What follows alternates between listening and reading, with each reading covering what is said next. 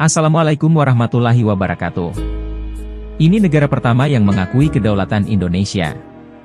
Palestina mengakui kedaulatan Indonesia pada 1944, bahkan sebelum Indonesia memproklamasikan kemerdekaan. Sejak saat itu, hubungan Indonesia dan Palestina terus erat dan saling memberikan dukungan dalam berbagai sisi. Diketahui hubungan mesra Indonesia-Palestina dibuktikan dari dukungan-dukungan di forum internasional. Indonesia juga sempat mendorong para pemimpin Organisasi Kerja Sama Islam, OKI, memobilisasi upaya lebih luas untuk mendukung Palestina dan meningkatkan status Palestina sebagai negara anggota penuh Perserikatan Bangsa-Bangsa, PBB. Pengakuan Palestina terhadap kemerdekaan Indonesia. Mengutip dari buku Diplomasi Revolusi Indonesia di Luar Negeri karya Muhammad Zain Hasan, negara Palestina mengakui kedaulatan Indonesia pada 1944.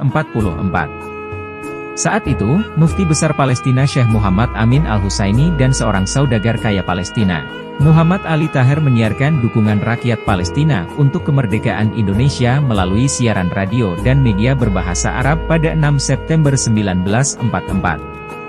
Berita tersebut 2 hari berturut-turut kami sebarluaskan, bahkan harian, Al-Ahram, yang terkenal telitinya juga menyiarkan, ujar Zain Hasan dalam bukunya.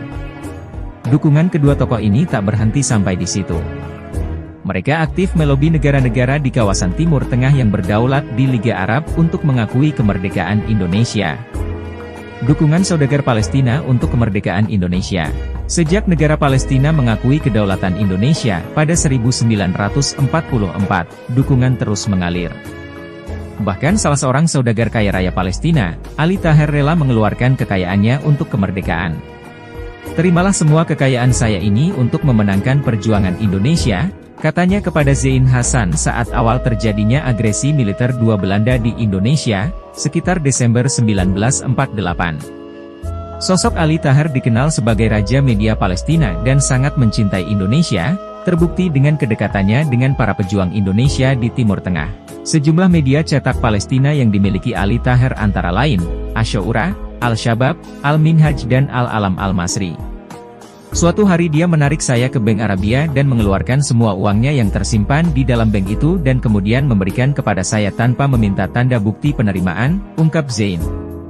Dalam sejarah, Mesir memang jadi negara pertama yang mengakui kemerdekaan Indonesia pada 22 Maret 1946.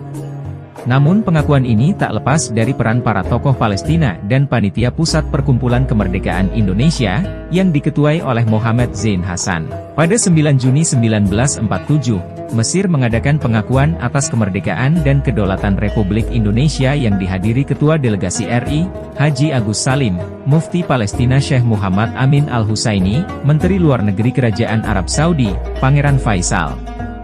Usai negara Palestina mengakui kedaulatan Indonesia pada 1944, giliran negara itu mendeklarasikan kemerdekaannya sendiri. Proklamasi kemerdekaan Palestina disampaikan oleh Yasser Arafat dalam sidang Organisasi Pembebasan Palestina, PLO, pada 15 November 1988. Pada 19 Oktober 1989 dibangun kantor Kedutaan Besar Palestina di Jakarta. Pembangunan kedubes dilakukan usai ditandatangani komunike bersama pembukaan hubungan diplomatik Indonesia-Palestina antara Menlu RI Ali Alatas dan Menlu Palestina Farouk Kaddoumi di Jakarta. Farouk menyerahkan surat-surat kepercayaan kepada Presiden Soeharto pada 23 April 1990. Pada 29 November 2012, untuk pertama kalinya Palestina diakui sebagai sebuah negara, meski belum mendapatkan status keanggotaan penuh di PBB.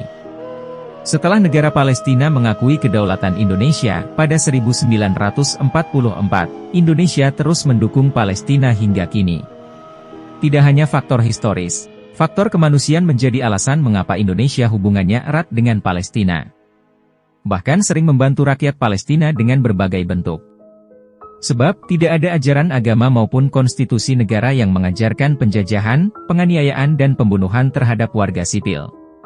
Maka dari itu, mari kita bantu masyarakat Palestina dengan mendoakan untuk kemerdekaan dan kesejahteraan Palestina, memberikan donasi melalui lembaga resmi yang diakui pemerintah serta mendukung langkah-langkah diplomasi pemerintah Indonesia dalam mewujudkan perdamaian dunia. Semoga hal yang disampaikan di atas membuat kita sadar kenapa kita harus selalu mendukung Palestina. Wassalamualaikum warahmatullahi wabarakatuh.